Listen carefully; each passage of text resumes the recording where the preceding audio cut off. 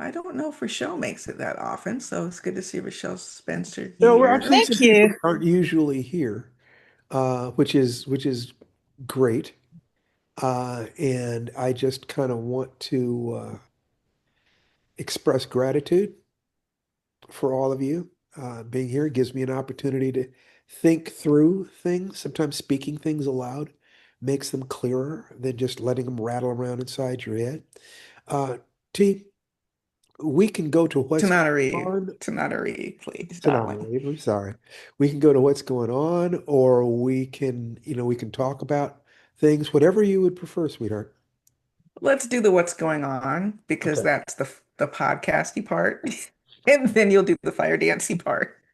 We're still blending these two concepts together. We went from an interview entertainment podcast to an advice and life path podcast. So we're trying to blend those two things. So yeah, what's going on is a part of our old podcast. Let me grab the music. So you know what, honey? Let's talk about what's going on.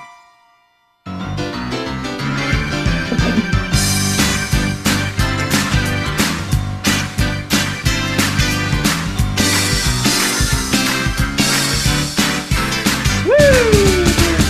And let the Hallelujah. congregation say amen. So yes, welcome to Writing Church. And what is going on for me is that I have an idea for a new novel, That's which right, you do. I'm not going to go into details because I have learned from experience that you can talk a novel to death, and I have not written more than a sentence on it. But I don't get a lot of ideas, people. This is what I'm talking about. I have several short story deadlines coming up. Several of them I have no clue what those stories will be. And I had a rough idea of the next novel I wanted to write. It would have been a historical and a vampire story. But I don't know, the idea of writing a historical and the idea of writing a vampire story was making me a little nervous with the post-Sinners vampire crush. I don't know. I just didn't know if a historical was the right way to go. And out of nowhere, I got the idea for a contemporary novel, which really excites me, that would combine elements of a thriller and the supernatural. In the vein, I'm not saying it'll be like this book, but bear with me, in the vein of Stephen King's The Outsiders, which is a supernatural procedural. This wouldn't be so much a procedural, although I will have a character investigating and has to uncover some things. You may be asking, what's the difference between a thriller and straight horror? For me, it would be uh, like an S.A. Cosby character, if you read S.A. Cosby. I've been reading a lot of S.A. Cosby. I think he should be an honorary horror writer because I'm filled with such dread as I'm reading his work. But I think what differentiates the thriller from straight horror is that your protagonist has some skills to protect themselves in a way that a traditional horror protagonist does not. So a family on vacation in the woods facing a creature, there's the supernatural element to create the dread, but they're not prepared in any way, shape, or form. They're not demon hunters. They don't even usually know they're demons or creatures, so they've got to figure it out as they go. And that's part of what makes it so scary is the unknown and having to learn how to defend yourself. Whereas with thrillers, I mean, you could have the same premise, a bunch of people in the woods facing a creature, but if they're all mercenaries, it's not as scary as it is with a family because even though they may not know how to fight the creature, they know how to fight. They're not going to be as afraid as a helpless family would be. And while my protagonist will be afraid, he also will be able to bring some skills that none of my protagonists have since the Tennyson Hardwick series that Steve and I wrote. And he's not going to be Tennyson Hardwick. He's not going to have that level of like almost like crazy skill, but just enough so it'll feel a little bit more crime thrillery. And then that supernatural element creeps in. That's my idea. And that's all I'm going to say, except if you read the Reformatory, I will tell you a little Easter egg that right now I'm tentatively entitling it Misery Swamp. There's a reference to a misery swamp in the Reformatory, and that is where I think the finale of this novel might take place. So I'm calling it Misery Swamp, which also has kind of a crime thriller feeling as well as horror because I want to straddle that line. So that's I'm excited. We'll see You're if going to it goes want anywhere. to create a metaphor that Hmm. name Misery Swamp. There's also possibly an emotional swamp that he's getting pulled. Yeah, oh, absolutely. I am going to pour all of the stress of this year and frankly, all the stress with my dad, who's 91, all of that stuff into this book. So the real life horror would have a caretaking element, horror, hospital horror, and that kind of thing. But the supernatural and criminals and the supernatural, and I think that that blend will fuel me because I want to write it fast. I think I want to write it before I sell it because I want to sell it for a lot of money. There you That's right. We have a number in mind, and Yeah, if somebody tops that number, then maybe we'll sell it early. Otherwise, no, we'll see. just write it the way Yeah. that you want to. That's great, honey. I finished the first two-thirds of the novella I'm working on with Larry, and I turned it over to him, which means that I can get back to Sigil. I have a commitment to keep Larry busy and keep him engaged. It's a joy, but it's a service. And we've got that, and then the keeper is there's not much we can do on that. We're working with our tech staff to do little tiny editing things here and there, and just little things, sound effects and color and so forth and so on. But it's the short strokes. We're down to it at this point. I In the chat, I have a link to the Warrior Walk document, realizing that what I've done there when I combined magic, and gratitude and so forth with the physical aspect of things, what I have really the is Fire Dance 2.0 that is much more available to people. It doesn't take as much learning to get into it, but arguably it's arguably available to a wider range of people because Tai Chi doesn't work if you can't stand up and balance on one leg. That you literally can't do it. So there's a lot of balance challenges that are in there that I think are really healthy for people. But I have to admit that they're challenges, and it takes about a year before you understand Tai Chi enough that you're doing it without really thinking about it. And that's the point at which you can focus on the breathing more. Your body is sort of naturally doing what it does. And also think about affirmations. It's very powerful, and I use it. But in terms of trying to help other people, I wanted something simpler. So what we've got there, where if you can stand up from the ground and get down to the ground and walk for 2 minutes, you can use this process. And if you can't, there are ways that you can modify it to help you get to that point. So I'm feeling very much like I need feedback because I want to be sure I'm not hallucinating that this is as valuable as I think it might be. The fact that there are doctors and therapists who think that it's really valuable is a very nice thing, but really the proof is in does it help people? Uh, so working on my solo novel, working on yes. And basically what I'm doing with that, remember the way that I'm doing things is I write it as a script and then I turn the script into text and then I polish the text. And in the polishing of the text, I start seeing the sensory aspect of things going into people's point of view. With a movie, you have what you see and what you hear. With text, you have what is felt as well. And that takes you into a different level and what is thought about. And so it expands outwards from there. I've got I know what the visual images are, but man, turning that into text and then polishing that is that's where things start coming to life in a different way. And I love that. So there's a lot going on there. But what I wanted to talk about this week is we talk about the meaning of life is to escape suffering, embrace joy, and be of service. You can embrace suffering, you can escape suffering simply by staying in the present moment. Pain is in the present moment, but suffering is not. Suffering is worrying about things that haven't happened yet, or feeling guilt or shame or whatever about things that happened in the past. In the moment, there is action. So you use your breathing to connect with that. If you have a hard time staying in the moment, just slow your breathing down until your carbon dioxide sensors start going off and your body starts hating you. At that point, everything else in your life is shut away except that next breath, and you're experiencing what it is to make that connection.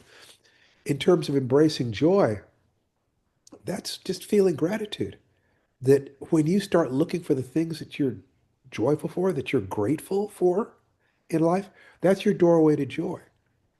So you've got the first two covered simply by the most basic things in the fire dance process. But that third one, be of service. I came across a Stoic quote today. I have this habit of doing my yoga and stuff like that in the morning while I'm listening to YouTube videos on Stoicism because Jason has given me an open door. He was interested in Stoicism, and so I could talk to him about principles of life that Epictetus or Seneca or Marcus Aurelius talked about, and I'm speaking his language. This is great. This is fantastic. This is another level of the entire game because Stoicism is great stuff. I don't know anything that's better that has to do with dealing with life as it is right now. It's kind of the centerpiece of Buddhism, which also deals with what came before and what goes after. But in terms of life, Stoicism is solid. It's really good. So, one of the things that was being said today was to be great, what you do is aim at giving great service to the world. And let me see if I can find the exact quote. It wasn't exactly it. To become great, serve something greater than yourself. That's what it is. To become great, serve something greater than yourself. So once you learn how to escape suffering by being in the moment, once you learn how to generate joy in your life by thinking of gratitude, when you start moving into what are you going to do today, be sure that something you're going to do today is a matter of giving service to the world. Simple as that. Who am I going to serve? Who am I going to help? What's more important than me? What do you want your life to mean? When your life is over, all that will be left is what you did. So what did you do that affected people beyond yourself? That's the key to stepping out of yourself, to being better than you think you can be, because you serve something that is better, bigger than you. So you don't have the right to quit. If I were to ask, if death or the universe or my unconscious mind asked me, why do you want to live? Why do you want to come back to the world? And the answer was for my family, to complete these things I need to do, for my son, for my wife, for my students. None of it was about because I'm scared to die. Death felt perfectly peaceful, but life had the things that contain my commitments that I need to give to the world. In order to be on the path of masters, I have to do what the masters did. What did Larry Niven do? He gave me an opportunity. He helped me. He taught me. What did Steve Muhammad do? He gave everything to us, every single class. In his 80s, he still does that. Just, he can't fight unless you back him up against the wall, but then he's deadly. He, to understand that the people that I admire most My mom gave everything. She just gave everything to us, even when she had nothing left. On her deathbed, she was still trying to give me money to buy me lunch and dinner. I I have no greater ambition in life than to escape suffering, which I have, to embrace joy, which I do, and to be of service. And it is you, my students, who can tell me whether or not I've succeeded at that. It's not about me and what I think. It's about whether or not I can actually be of benefit to you in your lives. I'm going to let Tananarive take over here, and then we're going to start answering questions and seeing where you guys are so that we can be of service to you. Hello. Well, I'm glad to see so many people here. I will say that. This is a pretty good crowd we have today. And I guess the I'll just give some general advice. I was just on a Zoom with a screenwriter who wanted advice on what to do about feedback and sort of trying to figure out how to navigate screenwriting in Hollywood, and maybe some of what I said to him will be helpful for you. But honestly, it's just so difficult to predict what is saleable. I mean, we have this imaginary Venn diagram where, like, one circle, this is Steve's, one circle is what you want to write, and one circle is what you think you will sell, and then you write down the middle. And that doesn't even look like the middle. But anyway, you see what I'm saying? Like, right down the middle. And that is smart advice. So, like, me deciding not to do a vampire project is trying to sort of guess the Venn diagram. I mean, I've been in publishing long enough that I was told not to use blood in one of my titles because there were so many vampire novels coming out in that moment, and I wanted to call something, it was in my African Immortal series. So there was going to be Blood Colony, and my last one was going to be something about blood. And they're like, nope, can't do it. So I was thinking about that and predicting a glut of vampire novels, which may or may not happen. And maybe writing a historical novel is the way to go. I love writing historical novels. I love learning about that history. I feel like I'm in a course. At the same time, I'm writing a story, but it also takes longer to write a historical novel because there's so much research. And right now, I've decided I want to write a faster book. I want to write a faster and shorter book. I want to have it finished by this time next year. And contemporary is there, yeah, there will be some research. I'm going to talk to a sheriff I know down in a rural county where my mom was born in Florida, just to sort of get some advice about what kind of crimes they have and, maybe talk to some of their officers about their work or whatever. But aside from that, it's all up here. It's lived experience and it's imagination. And I feel myself pulled toward it in a different way than I was feeling pulled toward that vampire story. So my advice is to write your bliss. Now, if your bliss is, that you make up a language and your readers have to use a key to decipher what you're writing, maybe don't do that. Don't do something that just out and out doesn't sound like something anybody would be interested in. But it's very, very hard to predict what the marketplace will and won't want. So you could take what you think is a safe bet and spend a year or two working on a novel that isn't as safe a bet as you thought it was. For those of you who are working on longer works, I know we encourage short stories and life writing. But I wanted to say something in connection with that, sure, sweetheart. You must write what's in your heart.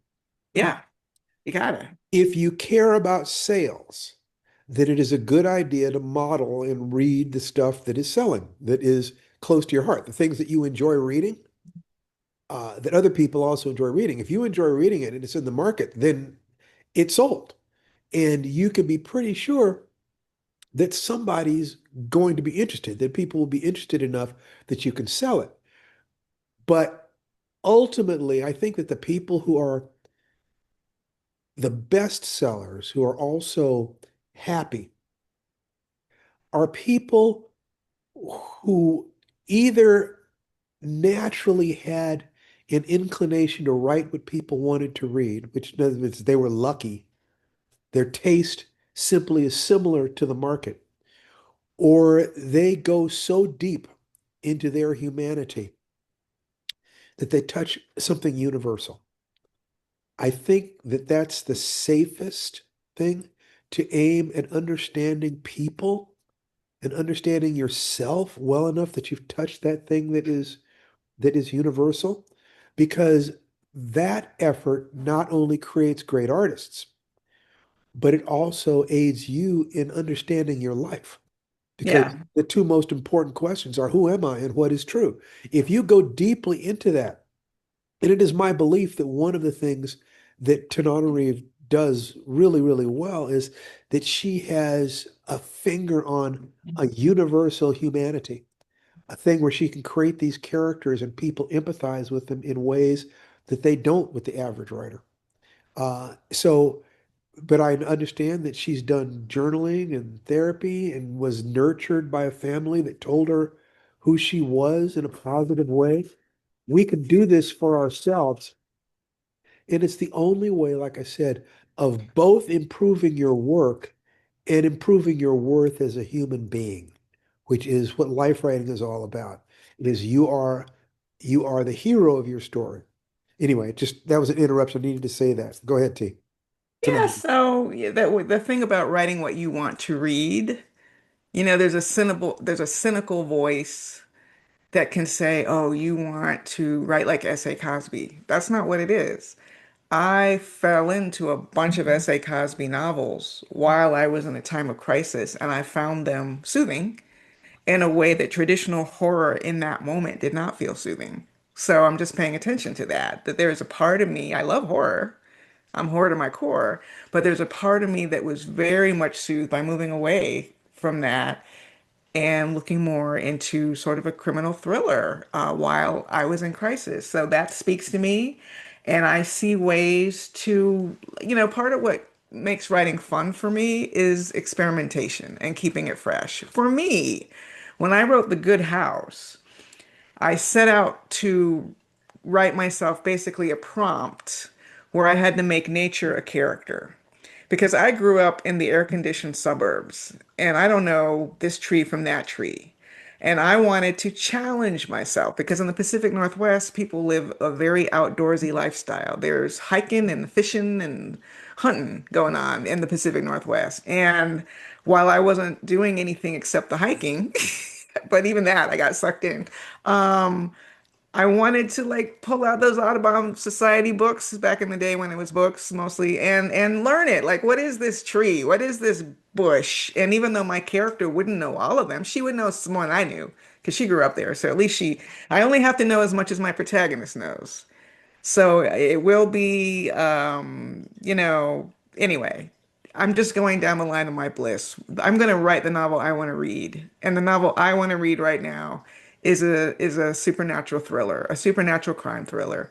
And that's my test. I've never done one before. And I want to try my hand at it and I think it'll be fun. Yeah, part of what you're going to do is reach the end of logic, that your character needs to be strictly logical. Logic has always worked for them, but now they're faced with something where logic won't work. And Yeah, it and might I'm be just a parallel between the person that they're watching in the hospital, where no human agency can save them, okay? And the crime, the mystery that they're trying to solve, that also ultimately seems beyond human agency. That yeah. you've got that get that thematic connection, and you raise the level of your work. And why don't people use hospitals more? Hospitals are damn scary. Well, we're both using my hospital stay, although you're using it from the way it looked from the outside, and I'll use it from the way it felt on the inside. And also, Because my watching. character is going to step off the roof of a two-story building and hit the ground in some very uncomfortable ways, and will be in the hospital with their bones reknitting faster than they should, baffling the doctors. But I have to get what it feels like on the inside. And so I will have the opportunity to talk about some things that I experienced that are difficult to talk to directly because they're kind of woo-woo. And for me, it's the helplessness. It's and not just your state, but watching what my mother went through many years ago. Right. I've done some caretaking with my father, who's now 91, and I've never really, except in one short story, where the real horror of the story was bed sores, even though because that's something that does not get talked about enough, is how fragile our skin is, especially as we get older. And that's how, you end up with these. I mean, my mother had bed sores like the size of a lemon, and like just huge gaps in her skin. And I had no idea that was a thing. So it's just like because we don't like to think about death, because unless someone is in a hospital, we don't like to think about hospitals. All of that kind of gets shunted to the side, right? So I want to use all of that human stuff. And also, on a more trivial note, one of the more recent Halloween franchise movies, maybe you can tell me which one, honey, had Jamie Lee Curtis and the cop in a hospital at the same time. And I thought they really missed an opportunity to set up a hospital chase with Michael Myers in a hospital setting where two older characters could stand up to him in their frailty, Was that right? was that the one where they finally killed Michael Myers? I Was that think so. Maybe it was the one after Halloween the one where Ends she had would have booby been the trapped her whole follow-up. house. I just felt like they missed a beat. Like they never even had a direct confrontation, I don't think, between Jamie Lee Curtis and Michael Myers and that. Or maybe they did. But anyway, I just feel like ever since Jacob's Ladder or Exorcist 3, those movies used a hospital setting really, really well to amplify the horror. And I've never done it, and I think this is an opportunity to see what I can do. You should absolutely go for it. You knocked it out of the park with Reformatory. I think you did a really fine job with, Maisie Wood. They're calling it Maisie Wood now. Yeah, we'll see how it does. We won't know if you knocked it out of the park until we see the reaction, That's true. That's because true. it's not what we think about it.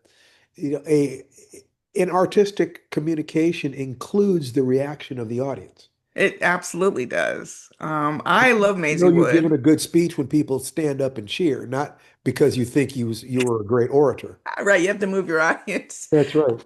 I think audiences are going to love the old Hollywood chapters. I think they're going to love being able to have interactions with Lena Horne and Hattie McDaniel and Sammy Davis Jr. and Clark Gable because we're a very celebrity obsessed culture. And there's scenes that take place on the set of Gone with the Wind from the standpoint of extras and black actors. And I think all that is super, super fun.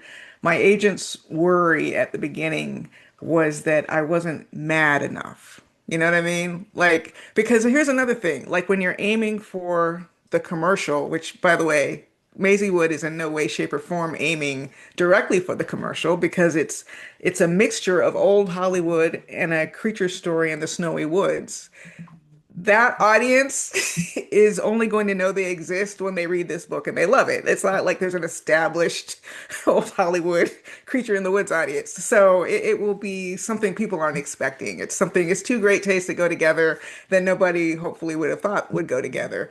Um, but I was having a lot of fun writing it. I'm not gonna lie. I mean, the creature in the woods story, although I wrote it with my same literary standards, I refer to it jokingly as the to be movie part of the book.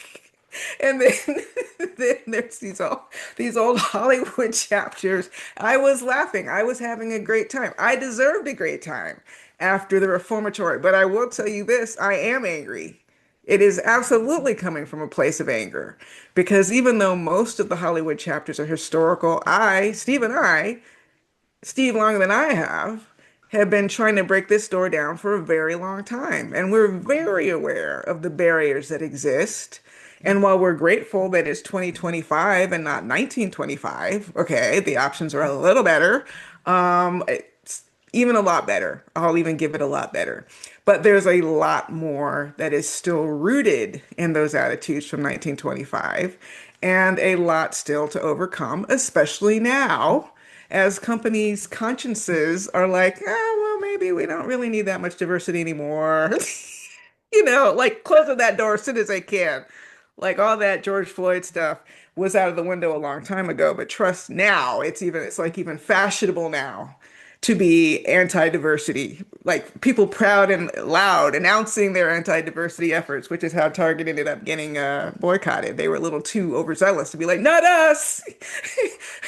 So, but that's the attitude, and it's based on fear of maybe government retribution, which is an aspect of fascism, or fear of public backlash, which they've always been super, super, super afraid of the most racist voices since the beginning of Hollywood and what the most racist voices might think about this or that, or I should say most bigoted, because it's not just race when I talk about diversity. So yeah, I am angry. I was just telling someone about a meeting. I won't even mention the director whose company it was, because maybe it's not his fault, but hire better people. Major horror director. We were so excited to be doing the meeting. It's called The General, meaning it's not really about anything except getting to know people. And you would think that in a general, both sides are trying to put their best face first in the meeting. In this production company, the guy in the meeting says to us, "This black horror thing, though, isn't it just a fad?" Now, he knows we're there to pitch black horror, by the way. And that's his opening line, is basically telling us, "I'm not going to take you seriously because this black horror thing is just a fad." So it's a statement in the form of a question. Or the time we were at a meeting with Forrest Whitaker, Blair Underwood, our producers, Nia Hill, to pitch The Good House to our horror company. And this was 20 plus years ago, but still. And we did this great pitch, and their first thing was, "Do the characters have to be black?" Which is something that's usually said privately in the meetings, you know. But Forrest Whitaker was like, "Yeah, they do." And that was, we didn't sell it. That was the end of that. And even if they don't say it, we know they're thinking it. So it's not like it was for my protagonist in the 20s and 30s and 40s, where she literally has to be smuggled into a segregated hotel to go to a party where she can even mingle and network. Like, how do you get in the industry when you're literally not allowed in the building? Um, that was the thing. Everybody talks about segregation in the South. The segregation was everywhere. Segregation was in California. So anyway, don't let me get on my high horse, but it definitely was coming from anger. All right, I want to tell my agent right then and there, I got plenty of anger, but I'm also going to let myself have some fun because it was so emotionally crushing to work on the reformatory that I figure I deserved it as a break, just like Steve Octavia Butler told us that Kindred, right, was such a long, hard write that she gave herself a break when she wrote her next book, which you Butler scholars may be able to name before I can. I feel like it was something like Dawn, like something from her Xenogenesis series, like just something which to her felt lighter than Kindred. And that's kind of for me, like that's her version of light. So from my version of light is Maisie Wood. But yeah, there's plenty of anger behind it too. Got something on your lip there, sweetie. Oh, it's Oh, still thank you. there you go. Rosebud. Rosebud. I'm gonna cut that out. Yeah, I think that a fine artist goes into their deep emotions. But if they're positive, you can give people that. But even then, you need to shade it just a little bit, I think. A little melancholy, the understanding that we don't just stay in joy permanently. But if they're negative emotions, then you have to process that too, because you have to develop big kidneys, sort of, and you process it, the pain, the poison that you have experienced, such that when you give it to your audience, they're dizzied but not sickened by what happened to you, what happened, in your experience. You use metaphors, you talk about it indirectly. You do things so you tell your truth, but you tell it in a way that is palatable because you can't ask people to pay money for what hurts them. It's just not reasonable to ask people to do that. Sometimes they will, but if you're trying to build a career, understand that yes, you want to use your real emotions, But why do you think that people often take real human situations, and use science fiction? It's set in the far future. It's set in the past. It's about animals. It's about aliens. It's how do we talk about the human condition in a way that does not repulse people? Because there are aspects of human life that are repulsive. In my mind, no more repulsive than aspects of animal life. We just hold ourselves to a higher standard so that when we behave like animals, it often feels like we're lower than animals. No, we're just no different. Anyway, we've talked about what you do from the time that you wake up in the morning until you're working on what your day is, family and career and your physicality. And then at night, you check your journal, and see how was your day? Did you do the things that you needed to do? So you're checking your journal twice a day. That is the totality of your life day to day. And the trick is that if you can have a perfect first hour in your morning, you can have a great day. If you have a great day, you know how to have a great week. You have a great week, you know how to have a great month, great year, ultimately a great life. So by looking at the smallest unit, are you doing today? What can be done today to affect your lives? And get that done with the highest level of integrity you're capable of. You've just learned how to master your life. So I would like to open the floor now to questions about how any of this works, how to apply this to any problem that you're dealing with, or how you have already used this, or just a win in your lives to help inspire the group. Because life is tough. If you've got something that's worked out well for you, let us know. If you have something you need help with, let us know. So volunteer or you will be voluntold. Who has something that you want to share with us? Uh, can we just say thank you for these words of wisdom? That's all. Who's talking? This is Rochelle. I just want to say thank you. This was really inspiring, and I want to say thank you for taking the time to talk with us. Well, you're incredibly welcome, Rochelle. Let me ask you, what are you working on these days? What's going on in your life? I was working on a novel, but I'm putting it on pause for a little bit. But I was working on a novel about an architect who is designing her portal to another universe, but Huh. I had to pause it for a second and think about some ideas. Have you published? Are you published yet? I've published a few short Oh, that's stories good. and some nonfiction. Um, Let's and focus on the so, short stories.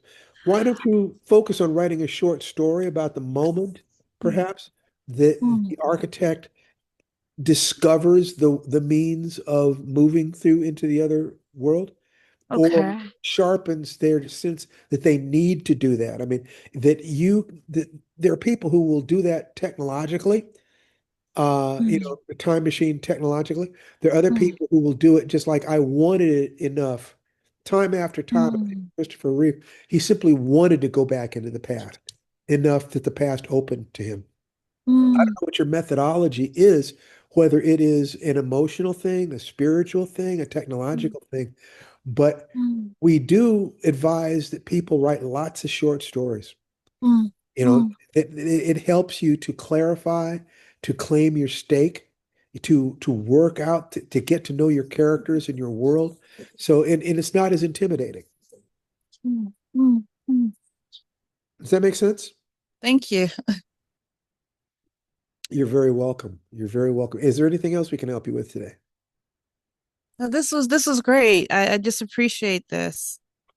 You're incredibly welcome. Okay, so Otis, we have not seen you for a while, buddy. What's Hey, happening? how's it going?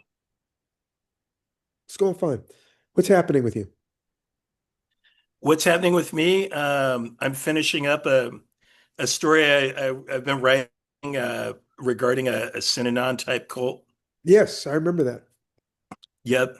And what else? Just wrapping up loose ends, doing day-to-day life stuff and court stuff and preparing to live in France. Okay.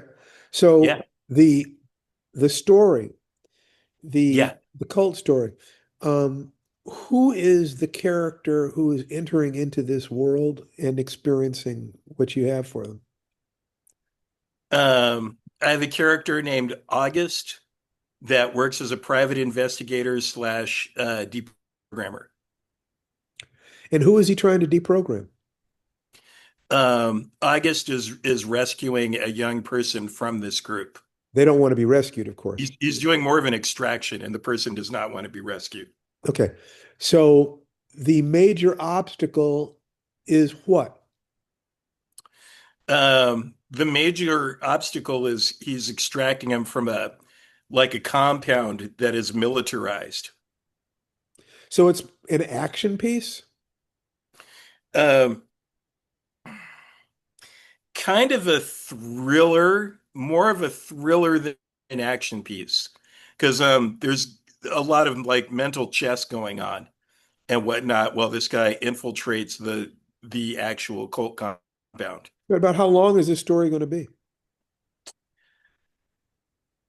I'm gonna try to get it down to like 6,000, 7,000 words so I can send it to literary magazines. Okay. When you say literary magazines, do you mean magazines that publish fiction or you literally mean literary magazines? I mean magazines that publish fiction, Okay. Okay. magazines that publish like noir.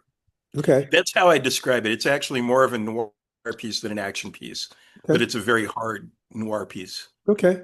Well, good Yeah, luck with that. I have to admit, I'd like to look at the first 5 pages of that when you got it done.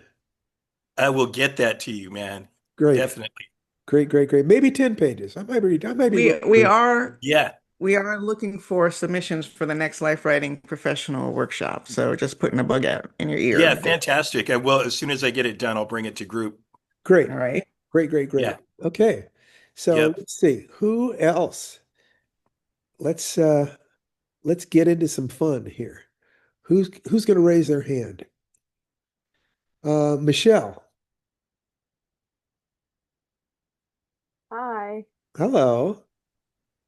Um, I'm working on my beat sheet um for it's a script that I started. I think I said last week I started in a totally wrong way, so now I'm trying to do this with some structure and I'm seeing the wisdom of story structure and making things make sense in your screenplay. So that is where I am. And Okay. that's what I'm working So let on. me ask you a question. Mhm. Where, whose view of story structure are you studying? I'm using, I said last week I'm using this Save the Cat book. Save the cat.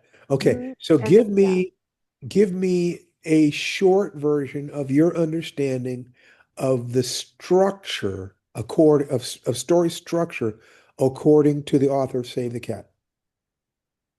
the first piece is establishing your not your entire story, establishing the opening shot, which then sets everything else up in the story. Okay. So you set up your main theme of the story, and then you have to hit all of the beats till you get to the B story, and then you get to like a midpoint where the B story and the A story kind of converge, and then you need to bring it all home to the Okay. end.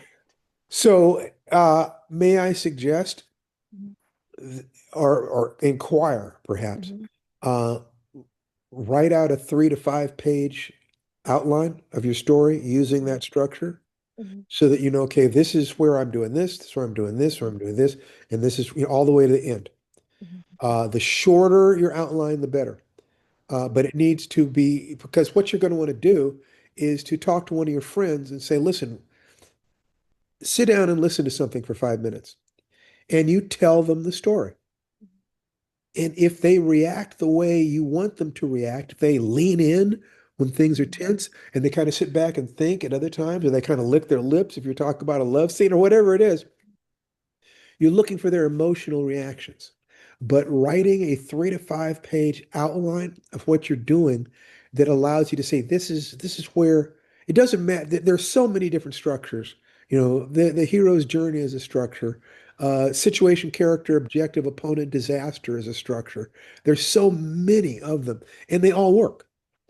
Okay. And you can find, you can take a look at movies and you say, oh, I can apply this structure or this structure or this structure to the same movie. It's not that the movie is structured according to here, and other movies are structured completely differently. It's often that the different artists just minimalize or expand different aspects of it. So by looking at what you're doing in a 3 to 5 page view, you can wrap your mind around your entire thing in a way that can be very useful to you. Tin Honoree, are you there? I am here. Do you have any thoughts that you'd like to add? That sounded good. The 5 page outline is a great idea. I'm a big believer in outlining, and I wrote my last novel from a screenplay, and that screenplay started as an outline, and then the screenplay itself turned into an outline for a novel. So yes, I can make changes. I can divert. Of course, you're going to learn about it and grow. I think what scares people about deep treatments and deep outlining is that they feel locked in. And obviously, you're not going to see everything in the very beginning. Your characters will surprise you. You'll come up with a better plot twist. You'll come up with a more creative idea down the line. But yeah, I don't know what I would do. I'm working on a novella now based on an outline, and I've had to go back and forth away from it because of various reasons. But no matter how cool those embers get, because I haven't worked on it for a long time, that outline is always there to help me stoke those sparks that turn into flames again. So I hope, I missed some of that. We're getting some car repairs. So I might have missed some of that. But it sounds like you have a structure you like. I'm not that familiar with Save the Cat, but I've been hearing a lot about it in the past couple of meetings, and people seem to like it a lot. So if find what works for you, the hero's journey and whatnot that we talk about, but I think it's very important for every writer to find that structural program that really speaks to them. And this is a quick question. Have you read Bright Boulevard's Bold Dreams, Donald Bogle's book? Oh my God, it's so funny you mentioned that because I just wrote my acknowledgments. I used to keep that book in the bathroom. So let's just say I was reading it in short spurts. Yeah, And as soon as you said old Black Hollywood, that's immediate. Like I'm obsessed with that. I'm obsessed with his books, but that I book, got yeah. totally obsessed. I went down a Donald Bogle rabbit hole. I don't know if you know, he did Lena Horne, he did Dorothy Dandridge, he did Hollywood Black. Like everything he wrote, I read because, yes, that is one of the things that sparked my fascination to want to write Maisie Wood. And it combined with my obsession with reality television, survival television, that during COVID, I fell in love with Naked and Afraid, and now I'm binging Survivor. It's like all the reality survival shows. So it's like if those two things had a baby, that's what that's what my next novel is. I love it. It's So a great book. He's such a resource on Black Hollywood. Incredible. yeah, he really is. He really is. If people really want to know about the geography of California and like what was like the black areas of California where people will try to make you think that there were never any black people there, that's such a great book to read. Yeah, there was a lot, and people just don't even understand. Don't even get me started. There's so much I could say. There's so much I could teach like a whole course on it right now. But thank you for asking, and I love that book. Great. Okay, so let's see who is next. Raise your hands. Oh, Suzanne Paul, go for it. Well, good afternoon, everybody. Good afternoon. Hey, I hey, I was hoping you could spend a little time talking about letting your work get cold and edits. In Stephen King working with says to short, put a book away for like 6 weeks. Mhm. With a short story, I know in the past I was putting things away for like a week or two, But then when I started trying to get done more stories in a month, I kind of fell away from that, and I think my editing has backslided a Okay, bit. well, look, one thing that you can do is to clearly define different stages of your writing. So there is the planning, there is the researching, there is the rough draft, there's the edit, there's the polish, there's sending it out. So if you finish the rough draft on one and the next thing is the edit, you could put it aside and create the rough draft on another story. So that you're always working on, you're doing A with one story, B with another story, C with another one, so that Hmm. you're just a creative machine. You're working on different things, and there's nothing special about it except that it's wonderful and divine. And that way, that if the story needs to sit for a while, what you're looking for is to get a total break from that story, to totally change to thinking about something else, to give that part of your brain a total rest. Then when you come back to it, to be able to see it with new eyes. Tananarive? That sums it up. I mean, shoot, my very definition of writing has been having to come back to cold projects because of, so many interruptions over the past couple months. So, yeah, sometimes it's very valuable to go back and look at it with fresh eyes. And if you're like we are, and I know you probably are multitasking and you have several things in the hopper, the key is just to go back. I get nervous about advising people to work on several projects because for some people, they're the way they sabotage themselves is to start a lot of projects they never finish. So you have to sort of know yourself if you're putting something aside that you are actually going to go back to it and maybe even put a date on the calendar when you have to go back to it. And I'm just even realizing the power of deadlines. I'm all over again.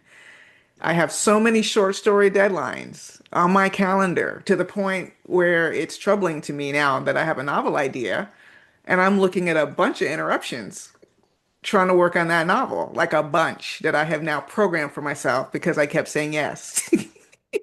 And I'm not going to say yes anymore. I'm going to stick with the number I already have. And there are times I'm going to have to stop working on one thing and go to the other thing. So just make sure you're going to go back to it. One thing, not only can you say no, but you get back in touch with someone and say, I can't do this. I've tried for some of them, and boy, I think that my name was going to be on the cover or something. So that Uh, was, yeah, I know that can be difficult. Well, it might be an opportunity for you to choose to excerpt several scenes. well, listen, Short stories. I'm not going to complain because my last novel came from a short story that I wrote on one of those deadlines a couple years ago. So you never know where it leads. That's right. I'm going to have a positive attitude about it. There you go. Okay. Anything else, Suzanne? Yeah, I have one other question. I have got a little minor health thing going on with my wrists, so I have been writing things out longhand as opposed to typing.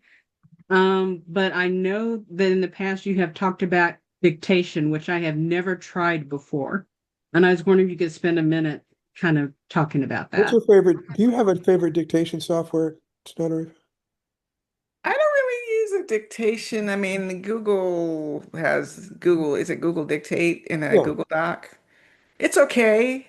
Um, yeah, I think that's the only one I even know of. I don't really know of other programs. Yeah, there are Mhm. plenty of other programs, but Google Dictate is free and you Mhm. can try it and see, and it's pretty powerful. Okay. Okay, All right. sounds good. Thank you. Betcha. So just get into Google Good luck. Docs and then fish around. All right. So let's see who's next. Remove spotlight. Remove spotlight. All right. So who wants to raise their hand? Vicky Solomon.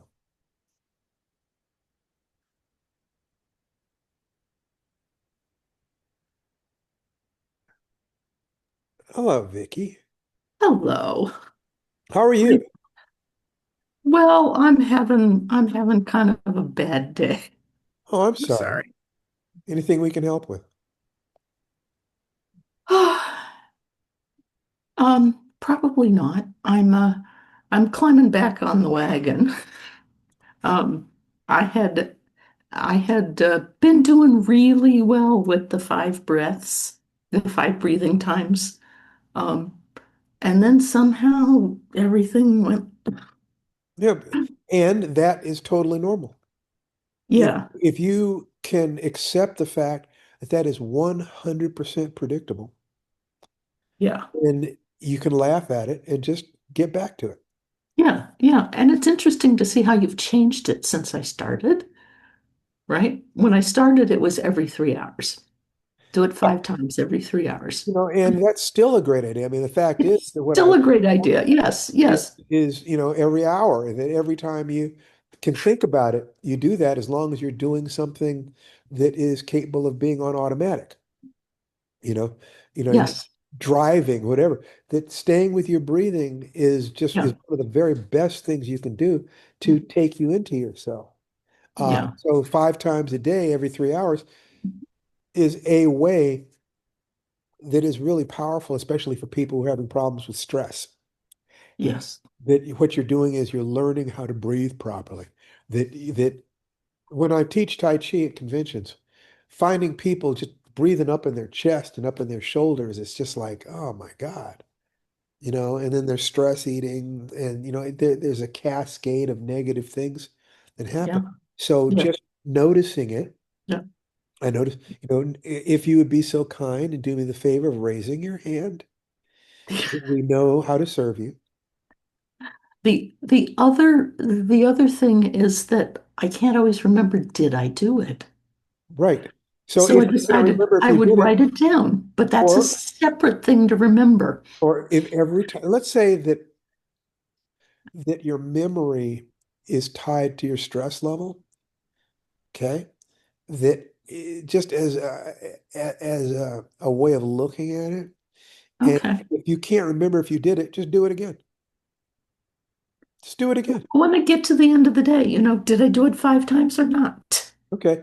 Well, I do it. mean, that's a yes or no question. And if I can't I, remember, I then understand it's a that not. would be a thing to write it down then, or to have Yeah. someone keeping track of it, Yeah. so you can see. And alarms, right? Or at least Yes. I I had the alarms and the alarms were still going off when I fell off. Uh-huh. So the alarm would go off, and how would you avoid doing the work? Because there's a racket that you are running on yourself. The alarm goes off. What do you say? Well, I'm in the middle of something. I'm at fire dance or I'm driving or whatever. Right. Well, you can, yeah. So think about the excuses that you use. I Yeah. was just writing them down. And then, Okay. premeditatio malorum, to think about the negative and ask yourself, what am I going to do next time? The next time your alarm goes off and you're driving, what are you going to do? Um, well, actually, that one I've kind of pre-solved. Which At is, one point, at one point I figured out I love red lights because there's nothing to do but breathe. okay. So what you'll do is you'll breathe there. What about if you're at fire dance, you're in the middle of a phone call and the alarm goes off? What are you going to do? Well, if I wait until it's over, I'll forget. So what are you going to do? What am I going to do? Um, Sometimes I can plan to do it before I start. If I made the phone call, or Okay. if I'm But the planning to question, come to the fire dance, question is yeah, specifically, and answer it directly, please, because you've avoided answering it directly twice. You're in the middle of a phone call, right? alarm goes off. What do you do? I finish the phone call and I forget. Okay. So that's what you're going to do in the future? No, I don't have a solution for that one. Okay. So one of the things is that you could write breathe on a piece of paper, and during the call, breathe. You know, Okay. I can breathe. I can remember to breathe when I'm talking to somebody because I'm listening I'm not always talking. Sometimes I'm listening. Okay. And it's a good time to breathe. Or if you're talking to them, there's nothing wrong with focusing on your breathing while I can talk to you and be conscious of my breathing at the same time. And it actually slows me down and makes me more sensitive. That it is multitasking. It's not as good as, Right. but in another way, it's terrific because it's helping you to take proper breathing to unconscious competence. So you can breathe. And Stephen Bauer said that thing that, take a look at what people are saying in chat. I will. I will. Okay. So know it's going to happen. And before it happens, you think of what you're going to do to solve the problem. Okay? Okay. Okay, Vicky. Thank you. You're very welcome. Somebody else raise their hand so that you save somebody else the embarrassment of me calling on them. Jacqueline Johnson. Oh, Dejona Robin. Dejanay.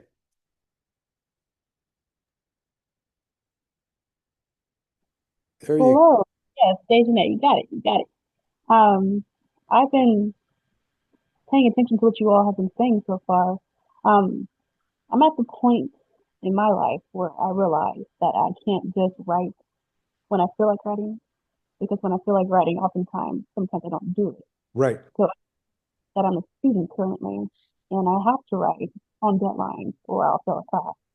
So now I'm thinking that I need to start making deadlines for myself when it comes to Absolutely. Well, this is the whole thing. If you use our program, then you have to write at least one story every month, but it could be one page, and you have to write at least one line every day. It doesn't have to be more than that. Okay. So if you're in the middle of doing a lot of other things, then saying to yourself, let me get a book of flash fiction, really short stories, 1 or 2 page stories. What are they? How do they work? So that the question of time doesn't enter in, and you can write one sentence a day, except that maybe on one day when you have a little bit more time, you say, let me write an entire piece of flash fiction. Let me just do the whole thing. What It, I love about this question is because a lot of people will say, "Oh, I'm a student, so I guess for the next 2 to 4 years, I'm not going to be able to work on my fiction." A lot of people would just say that, like, "Okay, I'm going to take off my fiction hat and put on my student hat," and it's great practice for life to learn how to do all the things because when you get out of school, it's going to be something else that you have to juggle your writing with. There's no time in life when we just have all the time we want to write. So it's great that you're practicing it now under the duress of being in school. And I love the idea of setting yourself a deadline. I've said this so many times, but I would have finished the reformatory so much faster than the 7 years it took me to write it if I had given myself more deadlines to compete with some 500 word essay. I'm getting $250 to write, has a deadline, but the reformatory doesn't? What? Yeah. So deadlines are a beautiful way to trick yourself into doing what you want to do. so, question, Dejanay. Mhm. We would like to support you in doing this. By the way, tilt your camera down so we can see your whole face. There you go. There you go. There's the girl. Um, so if you promise us that you're going to have a story finished by the end of December, Okay. and you have the courage and clarity to raise your hand and say, this is what's happening with my goal, we can support you. Um, and understand that what you're going through, once again, is perfectly natural and normal. Mm. Okay. Okay. It does not mean you can't. It doesn't mean you shouldn't. It doesn't mean there's anything wrong with you at all. It's just you can begin to appreciate the people who do write regularly because you can see what they have to do. That if they dealt with the same stuff you have to deal with, and they did, they have answers. So when you talk to writers who are doing with their lives and careers what you crave to do, ask them how they do it. Ask them how they do it. See, this is an opportunity right now. Ask me. How do you set your own deadline for Okay. yourself? What I do is I I every day I write down the things I need to do. Every week I write out the things I want to do that week. If I find that I'm running out of time at the end of the day, then I will literally take the thing that I didn't do at the end of the day and do it first, or done by one. That I have to do a certain number of things by a particular time. That if I don't do that, that and if you really want to do something, then tell yourself you have to do it before you can eat. I can't eat unless I've written one line of a story. I can't eat unless I've worked out, unless I've meditated, unless I've done this, unless I do that. Take it seriously, because I can promise you that the avoidance of this in this area of your life is not the only place that you avoid. It's Mm, not the only place where you postpone and then forget to do it. That it will show up. There are three major arenas of life. There's our physical bodies, there's our emotions and our emotional relationships, and there's our careers. Who we are is who we are. It just manifests in those three arenas. So gaining clarity in any one of them will help you with all of them. So, do you accept the challenge of writing a story a month? I do. Okay, great. And it can be very short. We're not saying anything about how long it is. I've seen short stories that were a single paragraph. Okay. There's a brilliant story that's 2 lines long. The last man in the world sat alone in a room. There was a knock at the door. Somebody published that. Okay. So it's not a matter of time. It's a matter of, are you willing to let yourself have your dream?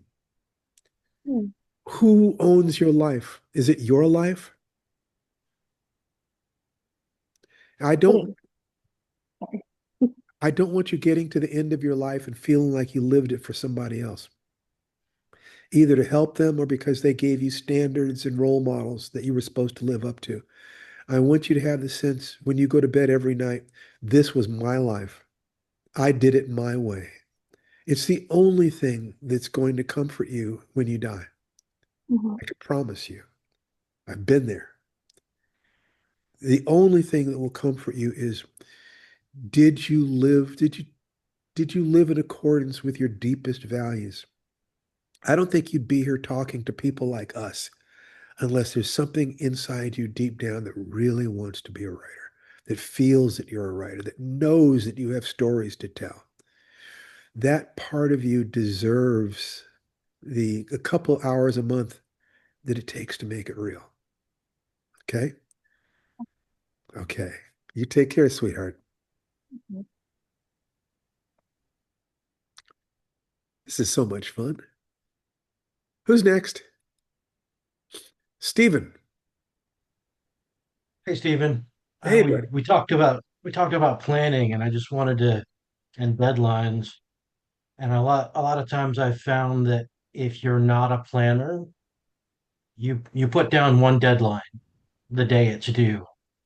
And what I've developed is a planning theocracy that we got to start with the end in mind. Yeah. If the day it's due is 100% due, then half the time between then and now is when you do your 50% check. And that's an internal deadline that says, hey, am I 50% here? Or am I completed with these other things that are small, manageable bites of deadlines that allow you to get to the major deadline without it being this giant, dreadful elephant hanging over your head? That's smart, Stephen. Just, I'm not going to put my camera on, but I just want to jump in real quick and say that when I'm smart, in addition to short story due December 1st on the calendar, I'm also setting up the reminder 2 weeks, 3 weeks prior to that. So that's not exactly what you said, but it's similar. It's not just something I put on the calendar that I can forget about until it's due tomorrow. Yeah, for me, if I have a deadline that's externally imposed, and I'll put it on my calendar, and somebody gives me a deadline today, I'll write it on my calendar today, and I'll take my first look at it tomorrow and ask myself what's necessary in order to get this done. Usually I'll want to work on a project every other day. It's a little bit like, leg day, upper body, lower body, upper body at the gym. It's a little bit like that with different projects. So I look at, if I work at this every other day and I'm putting, how many pages do I need to do, or how much time do I need in order to get this done by my deadline, and get kind of a sense of that, so that there's stuff that can be a little bit free floaty and other stuff where there is a demand. I need to be serious about this, and I need to be serious about this every day this week, or every other day. I need to be sure I do this. So it's being really clear on what I'm obliged to do, to get clear on what I believe it will take to do it. Look at the time frame that I have, the resources that I'm going to need, and be sure I've got that stuff blocked out. Sundays are great days for that. I'm not doing any working, but I will look very carefully at the work that needs to be done that week. Every morning, look at it. And once again, if I postponed it till later in the day and I notice that I didn't do it, then I've got to do it earlier in the day today. I've got to do it before I get to do something that I enjoy. Before I can watch television, before I can do this, I have to do this work. And you want to feel your way through that, because, getting the work done is usually something like, providing service or escaping suffering. But you want to make sure that the discipline that you use is sufficiently joyful, that there is discipline and there is hunger to find the thing that you're about, this thing that is fun, that will benefit you, that you can feel the joy that you'll have when you can do it. And that way you're not just pushing, you're not just digging ditches. I just got to do this work, but you're actually adding to your life or the lives of people that you care about. So that's kind of what I say, that the way you were saying it sounds a little bit like you do this to escape suffering, escape pain. Do No, I do this to provide the joy of accomplishing the things that I prioritize, that I want to accomplish. Yes, that's It's not escaping drudgery. good. It's Good. preventing drudgery by actively making choices on where and when do I spend my time, and do that wisely. I mean, I also use Sunday not as a planning day. I use Sunday as a synchronization day. Hey, I have all these things being planned. Let me look at the next 2 weeks and do the common sense check on when are things going to overlap, and am I going to be able to do the daily priorities that I never think about, or am I going to have to actively reshift and reshape priorities on these days to get the same things done? This is a very good thing. I When I said that to you and you went into your joy place, you had a different expression on your face. When you were talking about it before, that was kind of your adult, let's get this done face. There's nothing wrong with either of those, but I want to make sure that you're experiencing joy every day. My RBF is quite joyful. Excellent. What is an RBF? That's the resting bastard face. There you go. All right, fair enough. All right. Remove spotlight. Remove spotlight. I saw somebody there. Megan Lancaster. Maggie. Hi. Hello, Maggie. Hello. It's a How good. are you? Okay, I'm gonna sit down. Chair. I have a hard time sitting still, so I walk around while I'm What is listening. Newt Crossing? Oh, do I still have Newt Crossing on there? Newt Crossing is there. Newt Crossing is the co-housing project that Mark and I are involved in in Port Townsend. Oh, okay. So So we're building 6 dwellings. that sounds great. That is genuine service to your community. Yes, so And I'm gonna live there. How is Megan doing? Say that again? How is Megan doing? Oh, I'm pretty good. I'm pretty good these days. I had a very stressful time between Worldcon and the beginning of October, but it was because I was very busy doing things that were interesting and helpful and useful and fun. That all sounds good. So, Sounds very good. yeah. Tell us one thing that you have made good progress on since the last time we spoke. Oh, well, I've made good progress on a piece of art that I've been working on for just just about a year. It's been just about a year since the first idea for it came to me. And it's sitting next to me and it's in a position now. I'm just like ready to start the next step, which is quilting it. Do you want to see? Great. Wonderful. Yes, please. I have to get back. Slide that way. See the whole thing. It's pinned together and it's Oh, I wish we had more light on it. no, sorry, it's black. It's all black here. Oh, okay. The time. Here's panel 1. Oh, well. Describe the images in the panels, please. Oh, okay. So these are like abstract expressionist landscapes, Okay. all black. And it's titled Dark Days. This one is Bad Moon Rising. So over a dark hills with some kind of things coming out of them is a very, very dark moon or something. Okay. Let's see, this one has not revealed its name yet. They're all named for popular music pieces of one kind or another. Again, it's the moon in the landscape. I don't really know what the red is, except it's the earth opening up for some reason. Okay. This one is called Shine My Life Like a Light, which is a line from an Indigo Girls song. The song is called Let It Be Me, which is also another very famous pop song. Okay. So stay away from that. Sounds familiar. And then this one is Silent Night. And again, it's a landscape, but you can see the sky and the stars, and also the perhaps bones of broken buildings. Oh, okay. Interesting.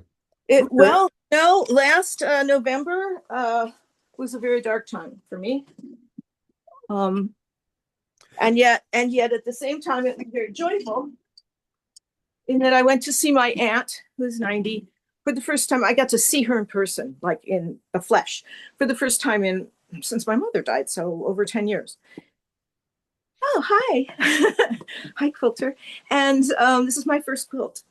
I've done a lot of hangings and textiles. So this I've been working on this for a year, putting together each panel individually, a little bit at a time, and then picking the fabrics to make the sashing, they call it, and the blocks and corner blocks. Say that this work, you were in a very dark place last November. Yes. Did this work help you get out of that dark place? Yes, it did. Why? I think part of it was just the process of putting my emotions into it. So this kind of work is a long process because I'm like picking pieces and trying not to cut them up, just getting the shapes of scraps that will all fit together. So it was a long process. And I think I put all of my anger and fear and feeling of helplessness into making this work. And that got it out of me so that I could have life. When people talk about art being healing, that's what they're talking about. Oh, yeah, I guess maybe so. I hadn't really honestly thought about that. You don't need to think about it. You did it. That's a hell of a lot more important than thinking about it. So congratulations. Is there anything we can do to serve you today? No, Anything I can do for Maggie? no, I just, I've been gone for a long time since Worldcon, and it's because of my busyness and Sure, I forget. understand. And I didn't even know you were sick, so I'm sorry. I hope you're better. Oh, I am. I'm much better, and you can still hear it in my voice a little bit, and I have to be careful going up and down stairs, but considering that 4 weeks ago I was in a wheelchair, and Okay, 5 or 6 weeks ago I was in a coma. that's not good. No, it's not good. It wasn't good at all, but it No, was educational, and I got some real clarity out of it of why am I here? What is it? I Why heard be alive? I So heard you talking about that. yeah, absolutely. So it's Well, just wonderful to see you. Huh? I love the beard. You do? Yeah, oh, yeah, looks great. Great. I will trim Very it, keep it for a while. All right. good to see you. It's wonderful to see you too, Meg, always.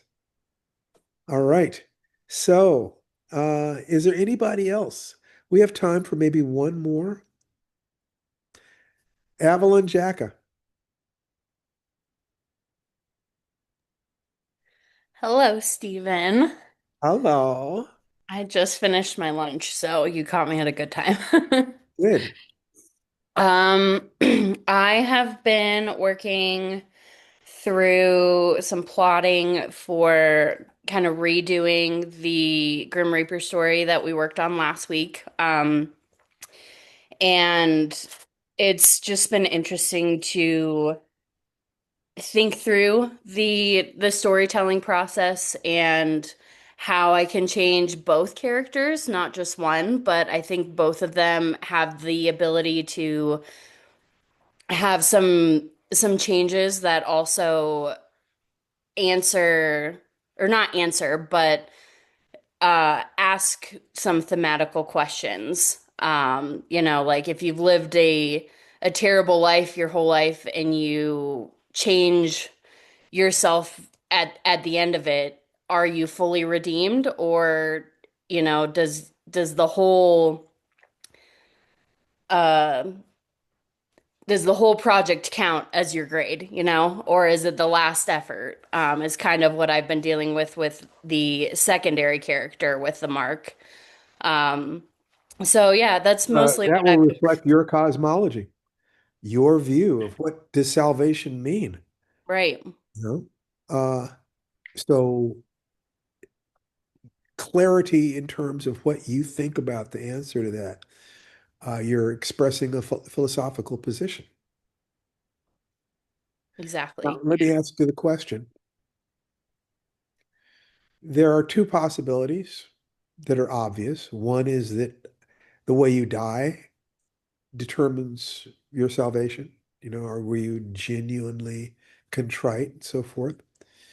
The other is that no, it's the average of what you've been over your entire lifetime. These two questions relate how to the thematic core of your story. Why are those the questions that you need asked? Um, hmm.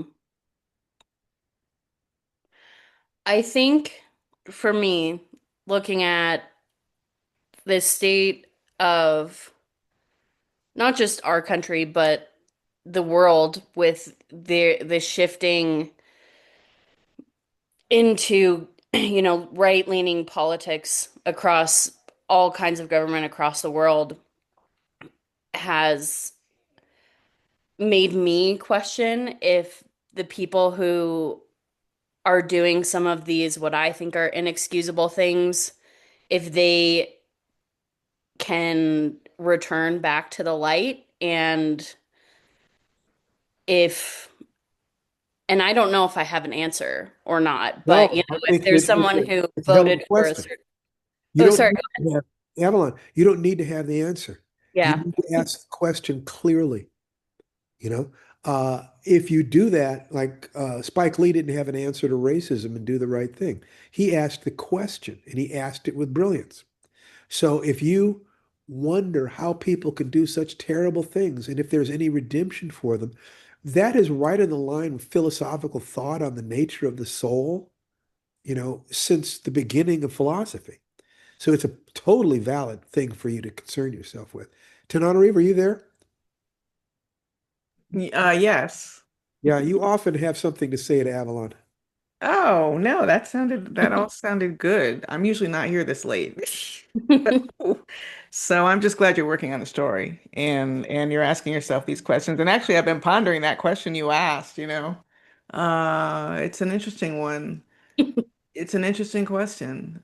And yeah, there's no ready answer for that. So working your way toward it in your story and forcing the reader to ask themselves that question is a great challenge.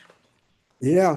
Another question that may or may not relate to your story is that if we think that something is evil, if humans say this is evil, does that make it evil? Is it? You don't like what some of these people are doing, but from their position, are they doing good? To me, that's an even harder set of questions. Because one of the things you can see is that people complain about the boss until they become the boss, and then people complain about them. That writers complain about editors and publishers until they become editors and publishers, at which point people complain about them. Did they change, or are there positions from which you have to do things that other people will consider bad? Is it bad because they consider it, or is that just the world working itself out? There is a gigantic amount for you to work on there, Alan. Totally valid area of inquiry. And good. I look forward to seeing what you do with it. But as you work more on getting that done, don't forget to finish a story every month. Write a one-page story if you have to. But keep that going until you've jumped up to the level that you want to be at, okay? Sounds good. All right, Tananari, last statement. Yeah, you know how we do it here. Go out, you all have a great weekend. Make yourselves the hero or heroine in your own story. The hero in the adventure of your lifetime. Take care, everybody. See you next week. Bye-bye. Bye. Bye, Bye, everyone. everybody. And Rosebud.